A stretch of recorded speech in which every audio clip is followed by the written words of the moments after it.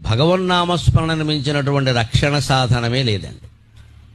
నిరంతరం మనస్సులో నమశివాయ నమశివాయ నమశివాయ అనే పంచాక్షర మంత్రం నడుస్తూ ఉండాలి. దీనికి ఎవరో గురువు గారు ఉపదేశం చేయాలి, చంద్రగ్రహణం రావాలి, సూర్యగ్రహణం రావాలి, ఈ చేదస్తాలన్నీ పక్కనట్టండి. మనస్సును మించినటువంటి తీర్థం లేదు, శరీరాన్ని మించినటువంటి క్షేత్రం లేదు, అంతరాత్మను మించినటువంటి గురువు లేడు, జీవితాన్ని మించిన గ్రంథం లేదు. అందరికీ ఇదే ఉపదేశం అనుకోండి. హాయిగా నమశివాయ నమశివాయ నమశివాయ.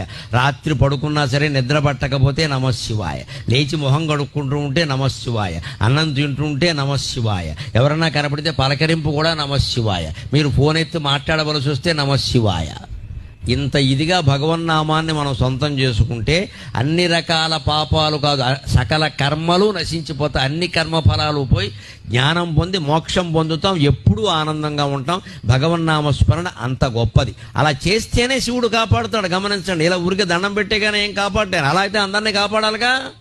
మనం చెయ్యాలి, ప్రార్థన చేయాలి ఖచ్చితంగా. అది ఆర్తితో జరగాలి, కన్నీళ్లు రావాలి ఖచ్చితంగా. ఆ కన్నీళ్లతోనే భగవంతుడి పాదాలు గడగాలి.